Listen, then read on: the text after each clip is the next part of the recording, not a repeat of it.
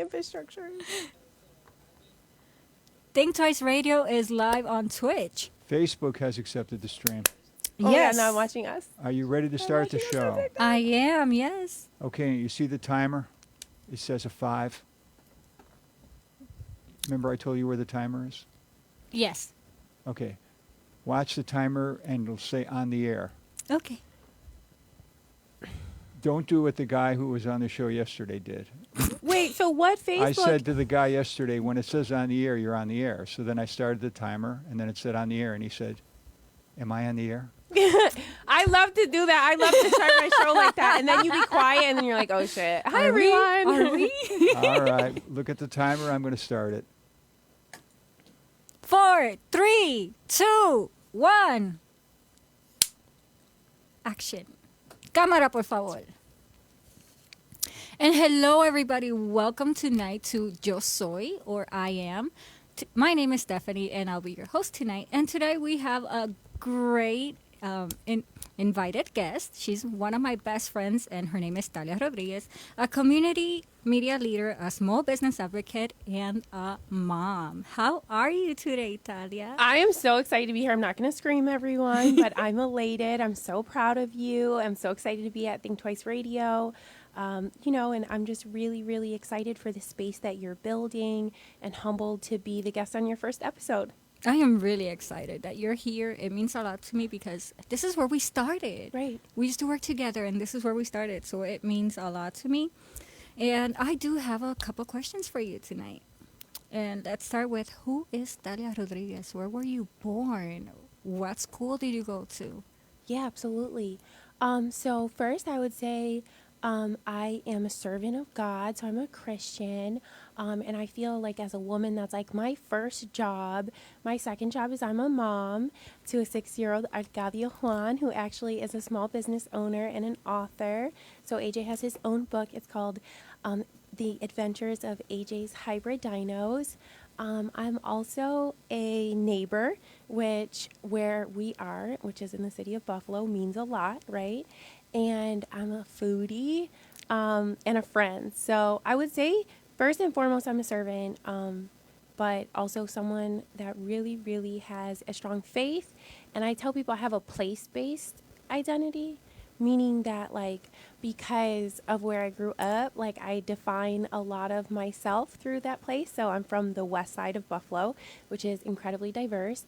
And then my dad has a very place-based identity. He's from Manhattan. So I have this really cool, like, kind of bifurcated identity. I'm also biracial and bilingual and your friend. So I think that's it, right? Also, where did you go to school? Okay, yeah, absolutely. So my first school was the Annex. I went to school in Buffalo Public Schools when I was 3 years old, which I really loved. I was a Montessori kid. It works, everybody. And then from there, my family had to move because a lot of things were changing for us and for the neighborhood. So we moved to Kenmore, and I became one of, I think, maybe 5 people of color in an elementary school called Theodore Roosevelt Elementary School, and I graduated from Kenmore West. So I lived in Kenmore, and then I went to St. John Fisher College. I have a bachelor's degree in political science. I was the second Latina intern. Excuse me, the first from Buffalo, but the second Latina intern in history to intern at the clerk's office. And then I went to SUNY Empire State. I earned a master's degree there, and I went to UB Law so far. Okay. But I want more schooling.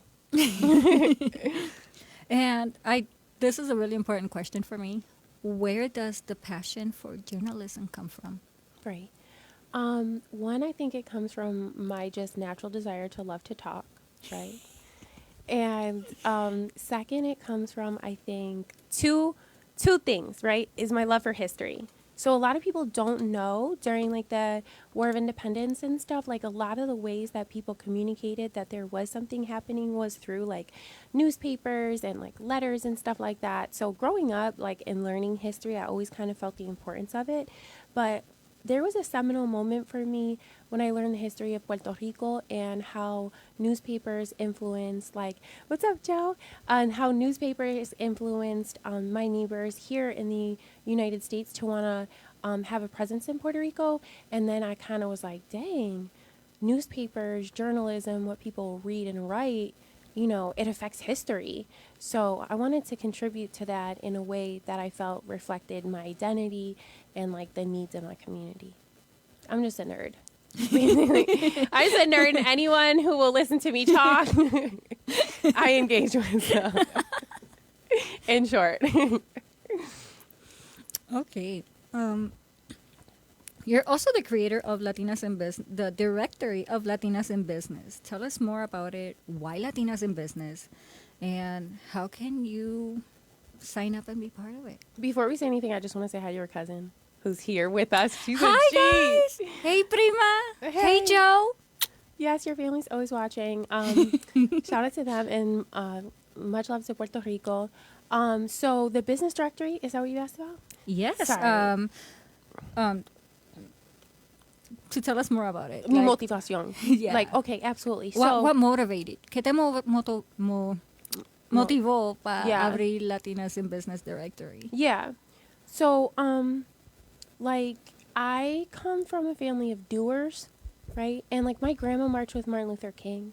She and, like, 300,000 other Puerto Ricans, like, just in this little bit of time, so much history, people are like, I'm tapped out. But, like, she and 300, I think, 1,000 other Puerto Ricans, including some people who came from Puerto Rico from the School of Law, they marched at the March on Washington in 1963 for jobs and, I think, houses. It was it. There's like a two-part to that.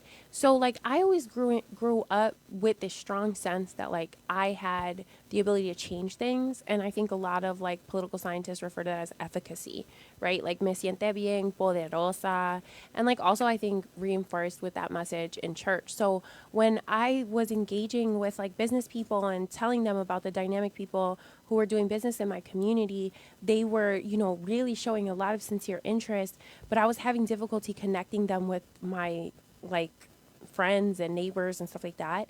And then also, I'm not organized. So I was meeting people, Stephannie. This is facts. Like, if you're listening, this is a fact. So let it go down in history. This wasn't part of a well-curated plan. It's literally as a part of my ADHD and not being well organized. I was like, okay, I think I told you, I was like, we're going to make a list of everyone that came to dinner. We're going to make a list of everyone in business. And then I learned how to build a website. So it was almost out of necessity and almost out of just like wanting to create a free tool for my neighbors that I was like, okay, this will help me connect each other with businesses and opportunities better. And then also, seeing the strength of business organizations here, like the different business associations like the Westside Business Taxpayers Association and our Buffalo Niagara Business Association, like, they do amazing things. So I wanted to create something to help them connect with my community. And also I'm always about free stuff, so. And again, why Latinas in business? Why go there, like Latinas in business? Yeah, I think that's a really good question. And for those of you who are just tuning in now, I want to remind everybody, like, I'm biracial, right? So a lot of people, when they do identity-focused work, they kind of have, like, an explanation for what like, their particular focus is. For me, it was actually my mom who always encouraged me to advocate for Latinas. Like my mom, who is Irish and Sicilian, and, very American, believes in democracy, believes in like being a stand-up guy, like very strong values-based person. She always instructed me to use my privilege to speak up and to say, things that I thought were right. So for me, like when I thought about the different parts of my identity that felt like they needed their voices, like I wanted to amplify that part of my identity, and I felt like my community needed our voices to be amplified. But definitely always veteran businesses, family businesses, like whatever it is. Like if you're an underdog business, I'm all about it. If you're a dog-based business, like whatever, like my whole thing was just like, okay, these are the people that people want to do business with and are asking me about because I represent this community. Does that make sense? Yes. Yeah. Also, how can people sign up? how can Latinas sign up to be part of the directory? Okay, so you can sign up to be part of the directory by going to our webpage. It's www.libny.us, Latinas in Business New York, Inc. And shout out to Pennsylvania and other states, like definitely knowing that there's a need there and always having growth plans. You know, my cousins in Florida, being in touch with people in California. But in terms of New York, we have this is a very distinct tool for us. So it's free. You can go to your the website and sign up. There's no requirement of, you know, like having certain type of paperwork, or you don't need an MWBE certification. You don't have to have a bank account. Like a lot of it is just, I think, alluding that you want it to be someone that is present in the Latina focused business culture. So I'm excited. So even if y'all are just thinking about starting a business, you just want to be part of the conversation, you can go and submit on the website. Wonderland Soothing Creations is also part of Latinas in Business, guys. Literally a huge part, gave me my first promo code, had me on Instagram, running super hard, like have just always been a core part of why I feel like the tool is valuable. So I'm just so humbled to be here and to see your brand grow. And I understand that the company is a sponsor to the show, and I'm just really excited. Like the soap is good. It's amazing. Just, it's so good. I don't know. Yes. Thank you for reminding me. course. Wonderland is the one who brought the show to us. Yes. Super excited. Wonderland is sponsoring the show. So thank you, Wonderland Soothing Creations. Also, you're also the creator of Latina Her Story, one of my favorite columns on the newspaper. Tell us more about this. Who inspired you one day to wake up and say, I'm going to write about Latina women and their story? Yeah, so I think I mentioned my abuela. Her name, just so the record stands of the Puerto Rican advocacy record, Doña Rosa Ramona Donata Rodriguez Aviles. She's from Añaco, Barrio Oveja, pa tu lo sepa. Hey! So what was I going to say? Our friends are here from LIBNY.us. Why I decided to write about Latinas, because my grandma had passed away during COVID. It was a time of great isolation for me. I had a couple people in the community who I won't mention their name, but they know who they are, who were encouraging me to write stuff. And they were like, hey, we really, we're putting together this community paper. We really value your voice. We want it out here. And I was fronting on them. Like, I was dragging my feet, because when you write something, everyone, like, it's out there. And right now I'm blessed to have a circulation in 4 papers, right? So we're central and western New York, a lot of counties, a lot of towns. And like, when you write something, you put it out there. So my first publication was Buffalo Latino Village. And shout out to them and our entire writing community. But what motivated me to write was, one, I had this opportunity because my neighbors had invested in this infrastructure of a community paper. So I want to acknowledge the effort that prefaced my privilege. And then the second was, I felt like I had something unique to bring to storytelling, because I really wanted to honor people. I had, I asked the county and had some advocates in the community help me honor my grandma when she passed. So the executive and I believe Howard Johnson, the legislator, like they issued a proclamation for her. And others, obviously like reached out. So I wanted to make something of that opportunity. And I actually found the proclamation the other day and I framed it. And it meant something to me because we started in December of 2019. So I'm approaching planning into January of 2024. Like, this is crazy. This is crazy. Yeah, but I wanted to write about my grandma. And then I wanted to write about other women who I thought had this huge impact on Latino culture. And, I've just been really humbled because the stories are just so rich. Like when I wrote your piece, that was a turning point for me. When I wrote the piece for you, that was the first time that I had Latinas in Business New York and Latina Her Story, and they were joined, and we had a promo code. And I was like, oh my gosh, we have this space.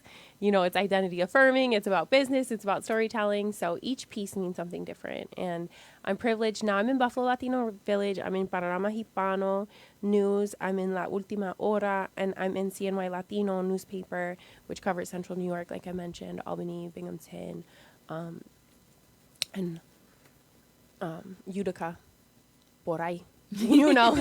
Shout out to them. Literally, shout out to Marisol. And just really proud to be a part of what I consider community media. To get basically, it's a nomination. To get nominated to be the Latina Her Story of whatever month. What's the process to it? You just want me to tell your story. Oh yeah. Oh my gosh, her story is so good. Y'all should be jealous of this woman right now. Because let me tell you something about Stephannie. Her husband, I can Joe, never get over this. man loves her. This man loves her. So we were connected by a mutual friend, right, who also was a huge source of inspiration for me with her brand and all of the work that she did, right? That she was like, oh my God, I have this amazing person. So she was like, he wants to nominate his wife.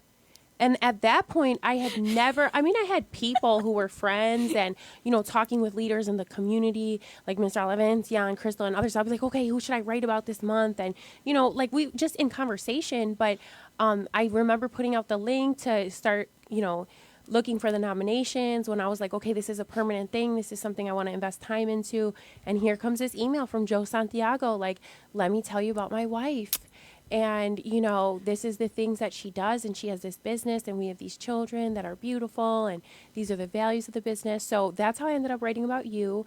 But at this point, because I've started writing about stuff like people from all over the state, but definitely have written about people as far as San Francisco, shout out to Latinas with Masters.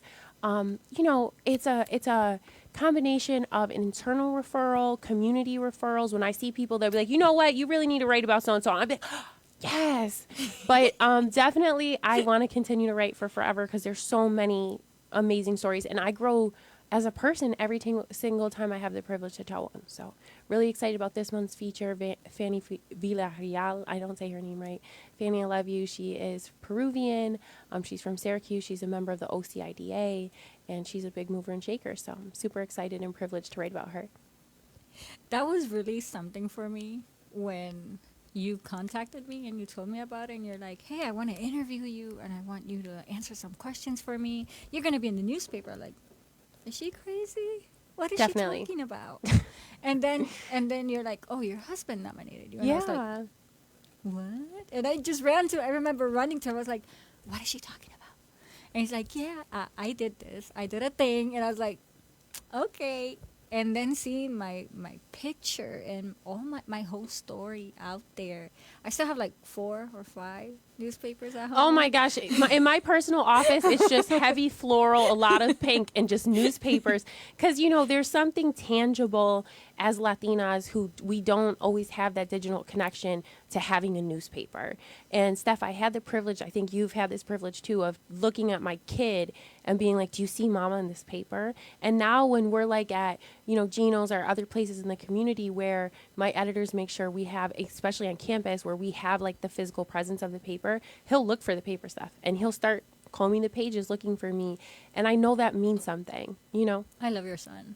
I love him too. I love all of our children. And specifically, one of the reasons I choose to continue to write in print, because, there is a different level of investment that goes into making print material versus what we're doing now and what Richard does and stuff, is because of the Latinas who I feel like maybe as young people have the opportunity to be exposed to some of the content that I make. Because, other than Crystal Rodiguez, who became a role model to me and Lucy and members of like the Rusi family, because we lived on the same street, and the Alavencia family, like I always had a strong presence of Latino leadership, but to have like singular stories of Latinas told to you in a way that's accessible, I think is kind of unique. And I'm hoping that, in some of the faraway places, they're hearing the message. I think the Latina Her Story changes people's lives. It does. It does really in a weird way. Like, to see other people's story, and some of them you can relate to. Mm-hmm. And for example, in my case, which I'm super excited about it, I was nominated, thanks to your story, I was nominated to America McKee's Who's Who. Yeah, oh my gosh, I almost cried when you sent me that message. My immediate reaction was sending you a message telling you, yo, thanks to your story, I got this. Yeah. And now we're just waiting for the results of it, and I'm really, really excited because they'll put the story on these books that they're going to get to every university. Every university is going to have a copy. Even the Congress is going to have a copy. So that means a lot. It's huge. You're a huge privilege. Like every single person, I always say that allows me to tell their story because it's a certain level of vulnerability, Stephannie. Like some of the people I write about, I've never met in person, but I absorb everything about their media. I Google the places they're from. I spend all this time investing in learning about them that I think that process is as equally as transformative for me, and I feel very grateful. But I also feel like I try to write about being biracial and having, I don't like the term neurologically divergent, but I'll say neurologically diverse, which people annoys people because they're like, we just attached to this term and here you are editing it. But like, I've tried to bring some of the more vulnerable parts of my identity out and then to mesh it with other people's stories. That's this crazy thing where you're bonded forever. So I think it's 36 women or something like that I've had the privilege of writing about. And it's like I join their family when I do that. It's super cool. I want to do it in perpetuity for forever. For forever. Do you remember your first Latina Her Story interview? Yes. Who did you write about? I'm so bad with names. But I can see her face right now. And I'll tell you why. Once upon a time, I was in school 3. Okay, Porter and Niagara. If you're from the West Side, you already know the vibes. And I was pregnant, and I was, playing a role of being like an educational advocate. And I was just inside the school, and I turned and I saw her. And it was just that moment where she was, because at first when I started writing stuff, I wanted to write about Latinas in education, because that's a space that I always like had the most impact with my policy. But I can see her face right now. I'm just obsessed with her and what her job was, because she's now since retired. And she just had a birthday party, and she's just gorgeous.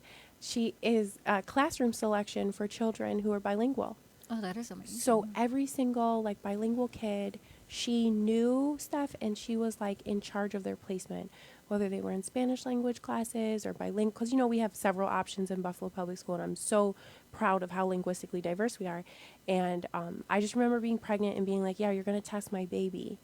And I just like loved her. So she's a Buffalo Public School alumni. She's one of the people that integrated Buffalo Public School. So I love you. And she knows who she is. Also, her son worked for United Healthcare, and like just her granddaughter, like everyone in her family I love. And when I see them, I like run up to them. She just was amazing. You also have a podcast and a radio show. I do. Tell us more about that.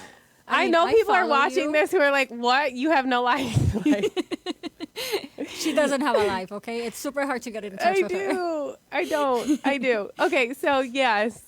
Richard. So many people. So my whole entire story, Stephannie, is I wanted to tell their people's stories, and I wanted to meet my neighbors in places where they felt comfortable to have conversations that I felt other people wanted to hear. Like what we're talking about right now. This is literally just our conversation, but I feel like it can help so many people, or just it's so participatory and other people can participate. So when I started writing it in print, people loved it. I was like, okay, this is super cool. Even from the beginning with my first feature, I asked her, I was like, will you just go on Zoom with me? Can I just like record you and like set a background? I swear, this is Stephanie's like, I've never heard this story. This is a true story. It is true. It is I a was true there. story. I was your first interview. Yeah, no, but like, And that was super funny. It was in your house. and yeah, it but was like raining other so people much. tried before that with me. Like other people, like Cookie and others were just like awkward with me, where I just like figured stuff out. I was like on YouTube or like Zoom, just being weird. And like I started appearing here. So I was writing my column at Latina Her Story, and I started appearing here with Vicky in the Western New York Peace Center talking peace. And I met Richard, and I started kind of having an awareness more about community media in Western New York, and kind of started paying a little bit more attention. And then I was like, okay, I want to launch my own show. So my Western New York Peace family actually encouraged me and were the catalyst to start the Latina Her Story like podcast space, and that's where I met you, right?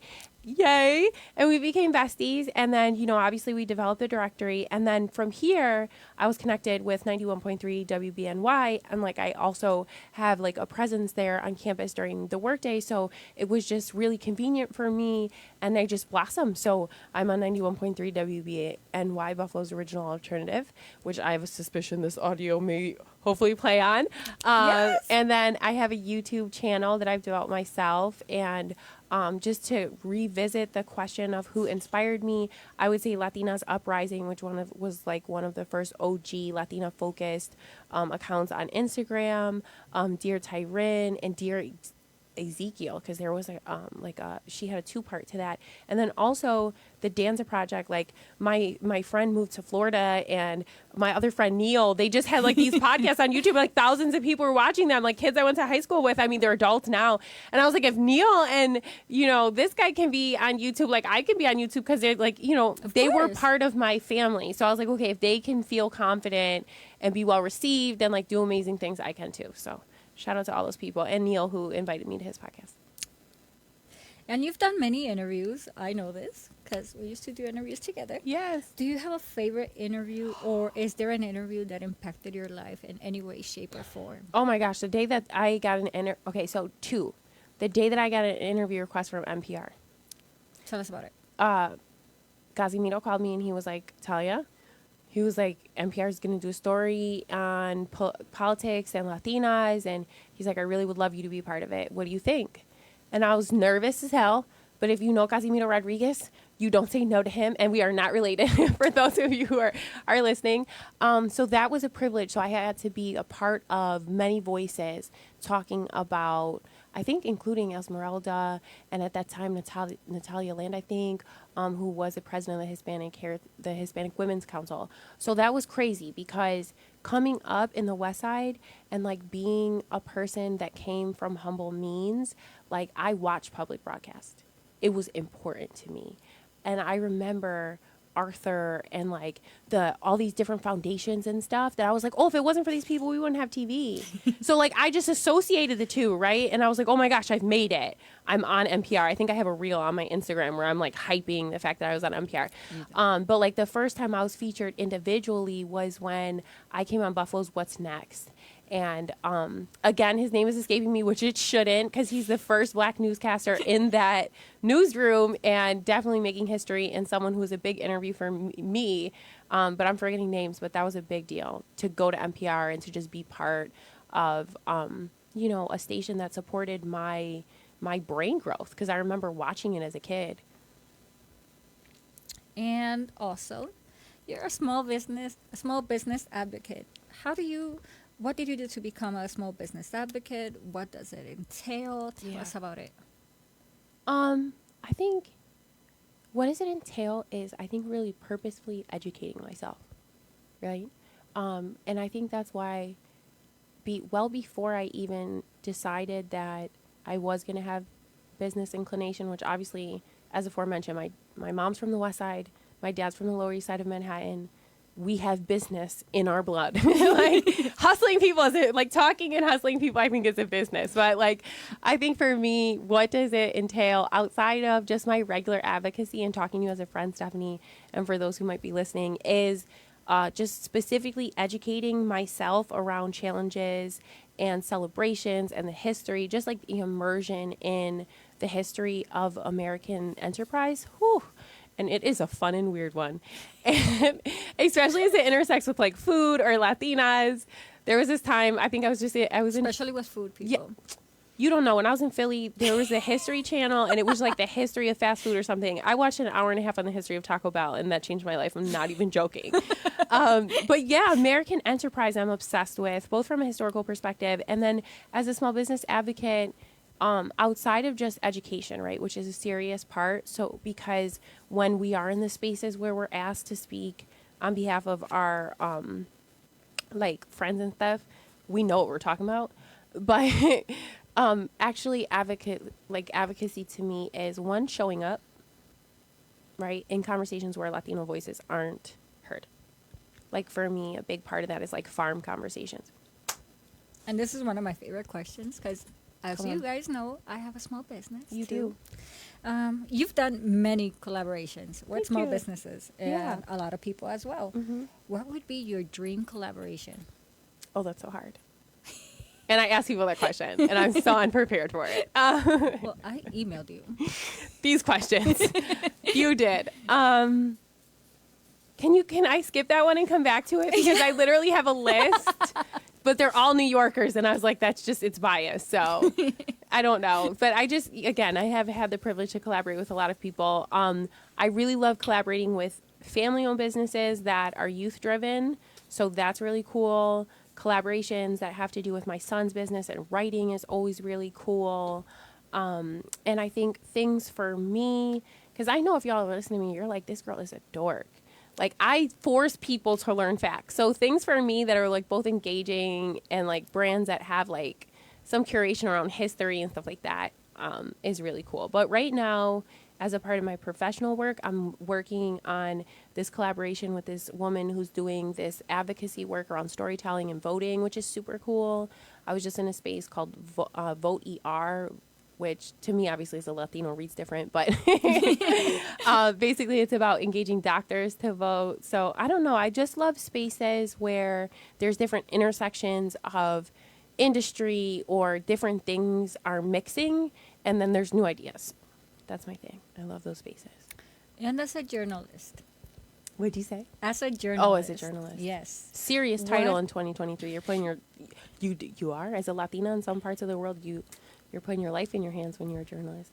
And as a journalist, what is your dream interview? Who is that person you would love to sit down and interview, and why? It could be dead or alive. Okay, immediately Barbara Walters. Why? Because 2020. Because when I was growing up, I'm 33, y'all. There was not that many. Son. There's right, and it's such a great age. And I'm always excited to share my age, because I feel like people are like, "Oh, women don't want to talk about that." Tap in 1989. There weren't a lot of channels, so the amount of cinematic like energy that was put into me getting excited as a child for like this one-on-one interview from Barbara Walters, that was a masterpiece in itself. So shout out to those producers.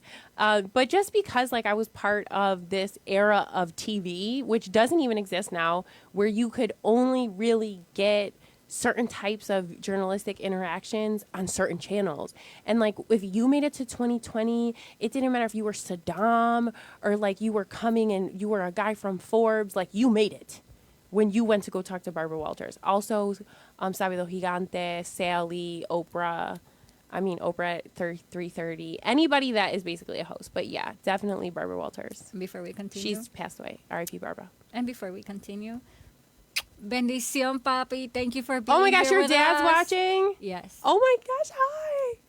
Bendición. So excited. I love how It much is. engagement you have from Puerto Rico. That's always such a blessing. I cannot complain. My family is amazing. Yeah, definitely. I had somebody tonight, he was like, I got to go to sleep. I'm like, okay, you're good. Okay, we really have to go back to this question. We cannot let this Oh my question gosh, go. is it to who I want to collaborate with? Yes. Like that, like, it doesn't even have to be from New York. Like Yeah. that one small business, big business, whatever business, that one dream that you would love to have a collaboration Oh, with. it's so hard. I have like 9 different answers. Like, if I you have like see a them- West Side answer. I have like a Buffalo answer. I have a New York answer. Go for it. I can't give them. I just, it's going to have to be future interviews. We will get back to it. Okay, yeah. So Sesame Street. No bullshit. Sesame Street would be it for me.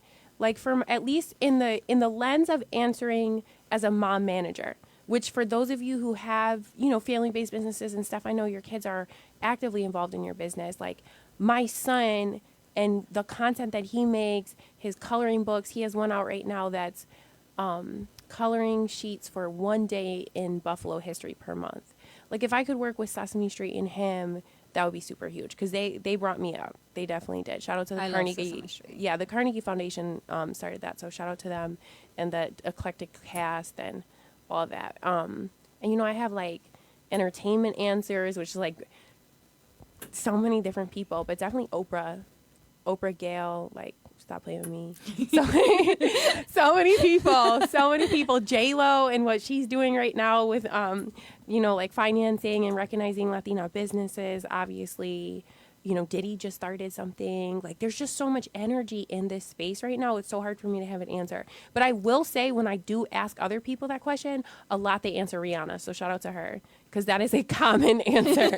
And I have asked many people that question myself. I've been on the asking side of that question. So definitely. J-Lo, if you're seeing this, call Wonderland. Yeah, we'll at you. You already know. Yeah, I love our celebrities in the Latino community, Fat Joe and others. Like, they show up in other ways. Like, they have their brand, their marketing, like their community, but then they're also advocates. And like, I just, a lot of credit to the people who are in that world right now. So proud of them. Have you ever had any interview that was hard to do? Like a hard to do interview? Yeah, for sure. I had the opportunity to speak alongside a family that had lost one of their family members, and it was a child. And that wasn't so much of an interview, but like more of an appearance on behalf of my community, and that was hard. And I think also sometimes it's hard to do interviews on, like, okay. I don't know how honest I want to answer this question. I just stopped myself. But hard interviews for me sometimes are like my dream interviews, because you always have that imposter syndrome. Like, can I really interview this assemblyman? Can I really interview the CEO of this top, construction company? Are my comments really going to be fun or engaging or whatever? So I would say, honestly, for anybody who's listening that's neurologically divergent, from my anxiety perspective, every single interview is me talking myself up into that chair. Like, you can do it. It's going to be fun. Da, da, da, da. Like, just self-affirmation. But any interviews where we have to talk about loss or, people who just are like processing something as you're talking with them, you just want to be highly sensitive and aware, I feel like.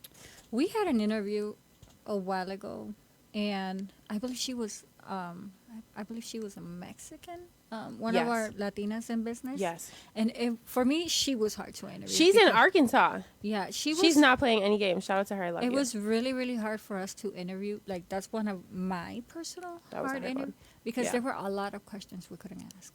Yeah. There were a lot of questions she could, even if we asked, they slipped and we still asked them, she couldn't answer them. Yeah, for sure. It was really, really hard. Yeah. And we love her. Te Oh my mando un God. beso donde tú estés. Yeah.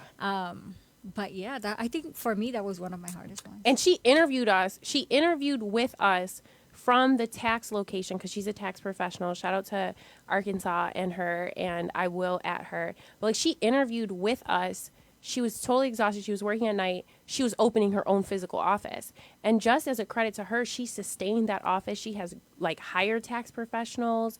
She be working out. I be underneath her comments like, dang, and you working out? Like, stop being so successful. But definitely, okay, so this is so important that you brought up. I'm biracial, right? And even the word choice, the things that I've had to learn about my other Latina sisters, what shapes their answers or how they will take my questions, have really grown my perspective, because I basically grown up in Puerto Rican hegemony. Like, I only knew Boricua until I was 19 years old, and I went to St. John Fisher, and I had met my first Mexican. I mean, there were Dominican people in my life, but I wasn't connected with people Latino outside of the Puerto Rican community. So, having the privilege to write about women from El Salvador, coming up from Colombia, coming up from Cuba, like places where the media and what it means to be in the media is different, and exciting. Like, it's a lot. And that was a challenging interview, I think, because there was a lot in what is mainstream media that we were absorbing as a Latino culture, because that affects the way we show up here in our own spaces that we define. Yeah, and what I consider that was a lot too is that we had to be like very strategic with our questions and whatever we were going to say, because it could have been, it could have hurt her or hurt us in the future. Yeah. So we had to be like very meticulous with it and like take out what we could say and what we couldn't. Yeah, for sure.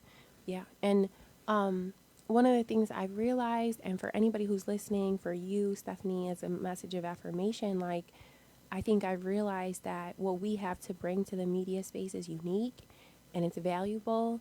And, we should put the same amount of seriousness on it that we do mainstream media.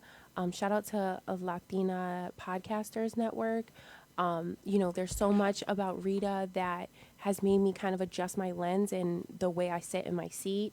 And she's a proud Latina from Honduras. But for me, part of it is now just having the business and the media world include Latinos as a part of their mainstream understanding of what needs to be brought to the space. Because I think, actually, I know, because I'm such a dork and I want to be like, I know. But according to, I think, again, either the Pew Research Center or NPR, I think it was 7% of Latinos are media professionals, and only 3 out of that 7% are Latina. And that's just media professionals. We're not even talking about being on the mic, because being a producer is obviously equally as important, but they don't see you. Yeah, they're always behind the scenes. Yeah, we up front. No pressure. It's super fun up here, guys. Yeah, but definitely, it's a privilege for me to be here. And, I've definitely taken time to educate myself. People ask me all the time, like, what are the platforms where we make the most money? How do you commodify what you're doing? I try to talk to people about tools and financing, MWBEs, different infrastructures our government has set up, to filter and bring down resources. Fannie, for example, is a member of the OCIA, OCIDA. So, like, there's a lot that comes with my messaging. So I've had the privilege to kind of, like, mush it together. But, yeah, super excited. Shout out to all the people who joined us in this space, which were a lot. And all your future guests. I also have a question. Yes, dear. How does it feel to be a momager, manage your son? She has a beautiful son. I love her son, and my kids love to hang out with him, and our play dates are super cool. They are. And you make Ben need so. And I cook. Yeah. Whenever she comes over. I just bring stuff. Ashanti's mom inspired me. So Ashanti, she's a singer, and her mom is she saved the original mom manager, to use that term, but it feels like a privilege. So I'm his paparazzi anyway. For everyone who's like become a mom with a cell phone in their hand, y'all know the vibes. Yep. So for me, it's just like deliberately taking what I would otherwise be documenting, which is like our amazing moments together, especially his learning moments, and just trying to pair those with resources to amplify that moment, either on social media or other places. So that's been really fun and cool. Also, he disagrees with me all the time about business decisions. He was 5 years old at the time. We fought about his logo, and I just had to, let him lead. So, especially because he's a Latino CEO, emphasis on like the guy, and being that I want him to feel confident in himself, I've kind of learned how to take a seat back and say, okay, my CEO said this. I always tell him I work for a really demanding CEO, so I need to do A, B, and C. Like, we need to move this agenda along. But yeah, it's a privilege, like, talking about business terminology at the dinner table, inventory. And, I think for me, and I don't mean to just talk because I can get excited talking about my son. But if y'all want to follow him, he's at That Kid from Buffalo. He's on Instagram. I will say 2 things. One is I had this surreal moment the first time he explained his business card to another kid. This child has a business card. Don't play with me. I do not. Trust that. That's the type of mom manager I have. We were at School 3 again, which I have a huge connection with. We were volunteering at a Saturday academy, and he's in front of one of his peers. And I have a clip of him. I handed him the business card, and him explaining as a 6-year-old to another 6-year-old what a business card was. I was like, okay, we're doing it. Like, this is it. So for me, that was like one of those like moments where I was like, okay, this is all worth it.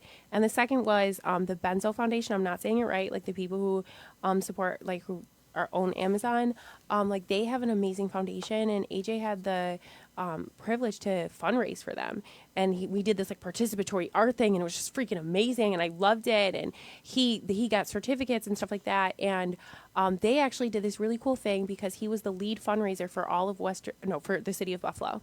shout out to, I think, Lackawanna Oracle Charter. They were also contributing, and I met them at the conference I went to in San Francisco called, or it's not San Francisco, San Diego, called Welcoming America.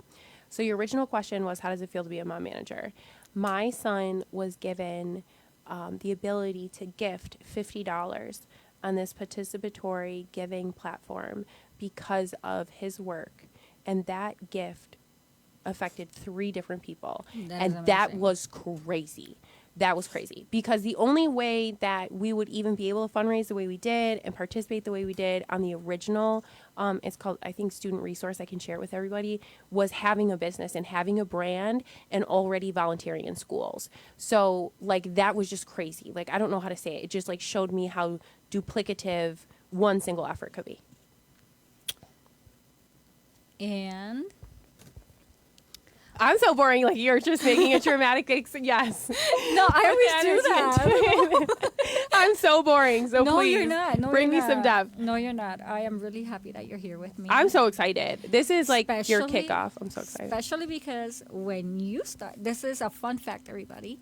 When she started her first episode of the Talia talk show, Yeah. I was her first guest. And that's why I came up to her and I was like, hey, I just texted her. I was like, can you call me? I got something really important to ask you. And she immediately called me and she's like, Mommy, what's up? And I was like, baby, would you like to be my first guest? I'm working on this podcast and da-da-da-da-da. And she was super psyched. She was super excited. And she immediately said yes. If she had plans, I'm pretty sure she did. She canceled everything just to be with me. There's literally a category of people, you, Maria Cruz, Alex Burgos, again, like Crystal, others who literally, if you ask me to do something, I'm like, why are you even bothering to ask me? Just tell me, like, where do you want me to show up? Like, just what? Because, like, I just love you so deeply. And again, we were connected by a mutual friend, but our friendship, I actually have a picture of the moment that we met.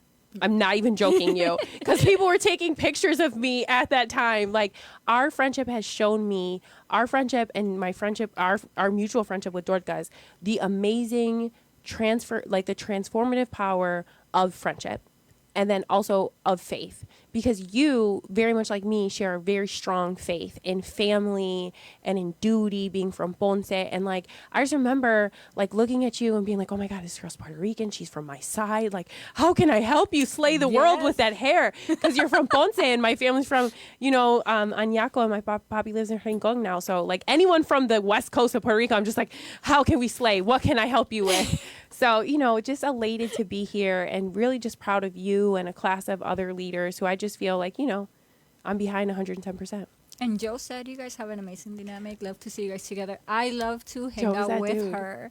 She's one of my best friends. Also, shout out to all our best friends. Yes. Today is Best Friend Day. Yes. I love Claire. you guys. What's up, Claire? The And where did secret Claire call in from? She's from Oklahoma. Which they have, I think I told her, I was like, Claire, I got you. I know what color your hoodie is. Stop Orange. playing with me. Orange. I remember. There's skirts that I have seen on certain websites where I'm like, actually, that's kind of cute. But yeah, no, that's amazing. I mean, thinking back of the level of engagement, we had people from Santo Domingo. Shout out to my friends in Santo Domingo who are always in DR and the Bronx and all around, like literally on our live, people from the Midwest. So just so excited for you and want to encourage people to follow you, tap in, follow your TikTok, just like be obsessed with you like I am. I love you. And so, what is next for Talia? Can you give us a sneak peek of what's next? What are your plans for the future? What's next for Miss Talia Rodriguez? I'm gonna My answer. best friend, by the way. Let's go. I'm gonna answer this I'm gonna answer this as a person first, right? So I'm raising a reader. Like, I just want my baby to read, and for me, like, what's next is being the mom of a reader, which is crazy because it just changes the dynamic. When he can read and text, it's like it's on. So we're almost there, right? And I've been talking with Dr. Reynolds and a bunch of people from Buffalo Public, and following a lot of different organizations here to just absorb all the resources that are out there, Epic and stuff like that. So that's like one of my personal goals, is teaching my baby how to read. I feel like that and potty training is like those two. Like, it's like once you're Puerto Rican, you're potty trained, you got a backpack, you out here. The next thing for me also is learning how to make more Puerto Rican desserts.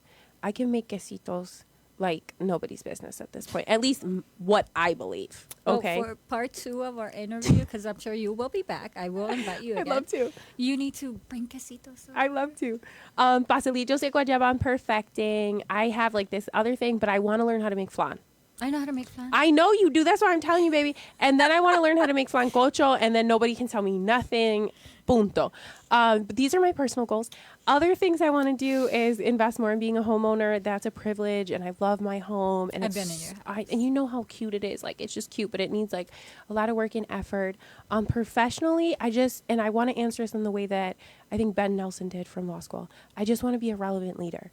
And I mean that, Stephannie, because we have such a dynamic community of people that are so good at so many things. So I just want to be a relevant leader in the Latino community.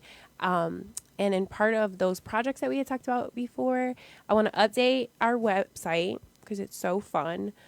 Being able to constantly add different members of our community who are doing dynamic things and be like, I want to try your bicocho, or like, I want to go there, right? It's so exciting. And then obviously grow it past New York, because there's so many people in Pennsylvania. I think specifically of Allentown and the Poconos and other places where they feel so close. You know what I'm saying? So including in Tampa and others, like, and shout out to San Francisco, I just like have big love for them. So including other places where Latino voices need to be amplified, you know, parts of Texas where there's a lot of Puerto Ricans. I want to continue to do my podcast and my radio show.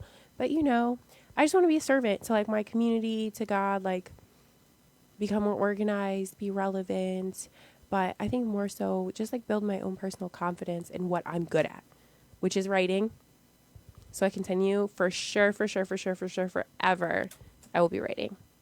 Tell us, what's the code for Wonderland Soothing Creations? LIBNY 716. Yes, stop playing with me. That's my first promo code. And I love your business and I love your products. Then I bought like that treasure chest for Father's Day. Yes. Oh my God. He loved it. It was so cool. Well. And I know AJ stole the bath bombs. Seriously. Well. Thank you for having me. Well, because today is also Wonderland Soothing Creations 30-year anniversary on the website. Why am I screaming? And Wonderland is also one of the sponsor of Yo Soy. Yes. Wonderland sent you a little gift. Oh my God, see how classy you are? And look at, esta es pesa. Okay, esta son llena. That she's just not like, she's not one of those people, there's no paper in here. Like, I love it. You are so generous.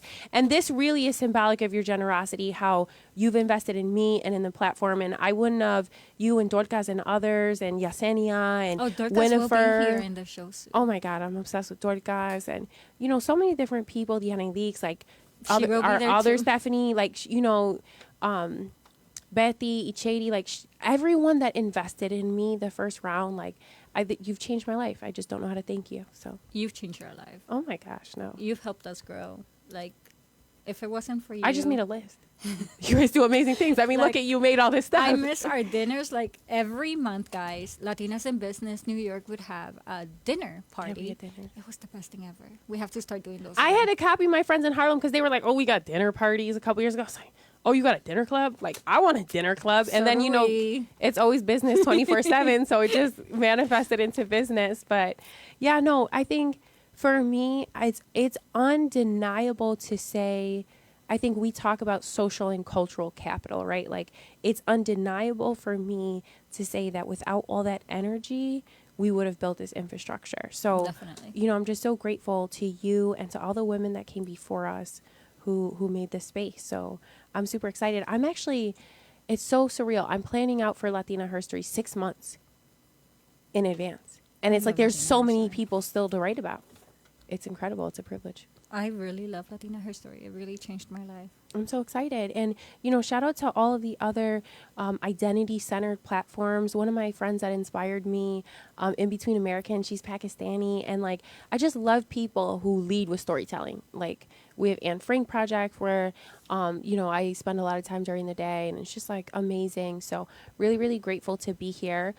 Also want people to know that, like, at one point, you know, the Puerto Rican flag was illegal. You didn't hear a lot of Puerto Rican or authentic voices in the media in Puerto Rico. So, like, you know, we're coming for what's ours.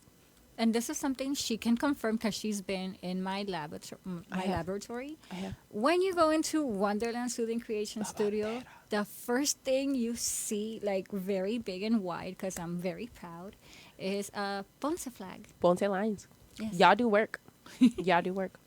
That is my baby. Yeah. It's like really big in a. How in a many wall. of little pueblos are there in Puerto Rico? I think it's like 36 or something. Yeah. And I just know, like, when you say where you're from, it says a lot. Yeah. It says a lot. And you're always proud of where you're from. Oh, you already know. I'm coming hard from Añaco. And then I got there and I was like, wait, Grandma, this looks different than what you said. It's no longer farmland, in case you're wondering. And because we could never not ask these questions. Oh, my God, this is a good one. The two Who's good your ones. superhero? Who's my superhero? If I could be a superhero, who would I be? Yes. I want to say Spider-Man, right? I said Batman always because of the Always. cars, because of the swag. Also, it's a guy. So, and then the villain in Batman has my name, Talia. So, like, I always just, like, favor that. But my politically correct answer is the Latina cartoon we have for, I don't know if she's Latina. She has, like, she's Puerto Rican. She's, like, Wonder Woman, but she's Puerto Rican. I'll at them. They created it. It's Her amazing. name is Captain something. I don't remember Boricua. her name. Ella. I don't remember her name, but Literally. her name is Captain something. Yeah, for sure. I I think always it's want to Capitan melt like Libertad that or guy something like though. that. There was this show where when I was younger, you could like he could change into different forms. So like if I could melt and like change forms, that would always be it for me. So you could just evaporate. Like I was like 11. So you know different things about different heroes I love, but always like shapeshifters, people who could help other people, those type of vibes. Heavy technology, you know, Batcave. I'm never changing mine. I know yours. I don't want to say it though, because that's not what this is about. This is about you. Say it. Mine is Iron Man. Yes. Till the day I die. And then you pause and you look into the camera and you say, "I am Tony Stark." I am Tony Stark. Thank you. Thank you for that. I That am Tony satisfied Stark. me in ways you don't know. I needed that. I So- haven't said that in a while. Yeah, for though. background, when we had our show together, we always used to ask people that question. So we do all our serious questions and we'd be like, okay, that one, and then the next one, which is the most amazing question that reflects my values. Okay, so this question gets divided into 3 groups. Oh my God. And so it's, much. where are you from? Okay. What's your favorite food? Yeah. And who's the person who inspires you? Because I love these 3 questions and I Yeah. could not have them in my podcast. Yeah. So where are you from, ma'am? I'm from Buffalo. I tell people I'm very from Buffalo. I know, very Buffalo. So I'm from the West Side. That's where I was born. My birth certificate is 14201. You already know how we're coming. But very New York, right? But I just feel like an American. Like I just feel like a proud person that like just really like loves the sense of community. So I see myself being a part of many different communities. And then also like, what is my favorite West Side food? What is your favorite food? I know you have a lot of favorite foods. Let me clarify this. She has a lot of favorite foods. She's always hungry. She's always eating. But what's your favorite food, ma'am? Right now, I'm heavy eating Thai food. I can't stop. At this point, me and AJ are doing like letters, and he's like, T for Thai food. I was like, let's go, diverse baby. Algo It used to con be tacos. yes. No, but algo con arroz. But yeah, no, I'm real heavy with the Thai food right now just because it's light and it's filling. But my favorite Puerto Rican food, like if you're like, okay, we're going to the best Puerto Rican restaurant in your pueblo, I'm going to order mofongo con camarones. I'm going to eat rice and beans and the salad and whoever has a chuleta on the table. So I eat a lot. And one of the most important questions, who's the person that inspires you? You. Flat out. No bullshit. Girl. The people, that's it. This is a real answer, and I feel like this is Meg Rose. Thank you. You're amazing too. This is a real answer, and this is I think the perfect way to transition out of the show. I am inspired in Buffalo, in the Latino community, in my immediate community by my neighbors. Like y'all work so hard. Like shout out to you, and again I scream on the mic, but shout out to you and like all of us who are just brave enough to get on camera. Because, you know, Thank you. it's kind of nerve-wracking. And where can we find you? Where can we get a hold of you? Besides me calling you. Yeah, so finding me and getting a hold of me, I feel like different. Guys, So- it's a mission. She has 2 phones, okay? I It's do a have 2 mission. phones. And people aren't clear, like, which one is the priority number either. And they'll hit me and they'll be like, okay, so is it this one today? Definitely. Okay, so follow at Latina Herstory. Because Always. really, when you see me, you should think about all of the amazing voices. So that's on Instagram and at LIBNY, we're.us, right? So you can always find the websites, and I'll definitely make sure that those are available. I'm on Facebook, so you can check me there. You'll find me on 91.3 WBNY. You will find me in close proximity to you, and also on YouTube, and hopefully in the future on NPR and Sesame Street with J-Lo and everybody else. But yeah, and in, the West Side. On Grant. And your platforms. Okay. Your handles. Absolutely. At Talia Rodiguez JD. And make sure to visit my Swellcast too, because the micro podcast is so driving me right now. Love them. But yeah, I'm very grateful to be here. Richard, thank you for guiding me, Western York Peace Center. It's just surreal to be here to watch you do your launch. You deserve and have earned your space. I'm just so excited to be your fan. And I want to thank you so much. And I want to thank you for being here with me. This means You the thanked world. me, Stephannie. Oh my goodness. Well, I want to thank you again for being Thank here with you. me in the launch of I Am of Yo Soy.